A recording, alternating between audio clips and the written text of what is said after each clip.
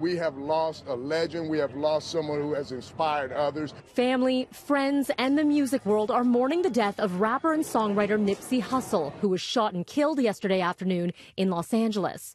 The 33-year-old was one of 3 men shot outside his Marathon clothing store. He was rushed to hospital where he died. A candlelight vigil held early today at the site of the shooting. The rapper's real name was Ermias Ashgedam. He grew up in South LA and was in a street gang during his teenage years, but then became a community organizer. He inspired everybody to be different. That's what hurts the most. The tributes are pouring in on social media from the biggest stars in music. Drake saying on Instagram, "My whole energy is at a low right now hearing this. We just linked for the first time in years and said we were going to do a new song this summer because it had been too long." And Rihanna tweeted, "This doesn't make any sense. My spirit is shaken by this." Pharrell Williams wrote, "You were about something positive and for your community in every chance you had to speak.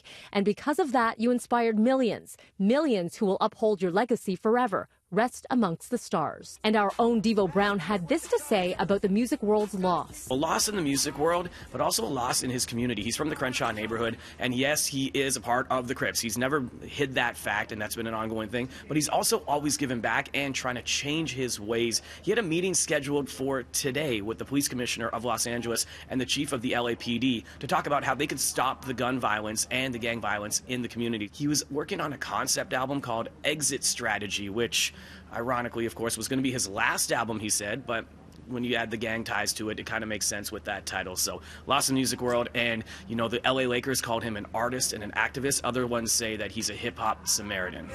So gifted. I'm the type that's gonna go get it. So far, there has been no arrest in the shooting.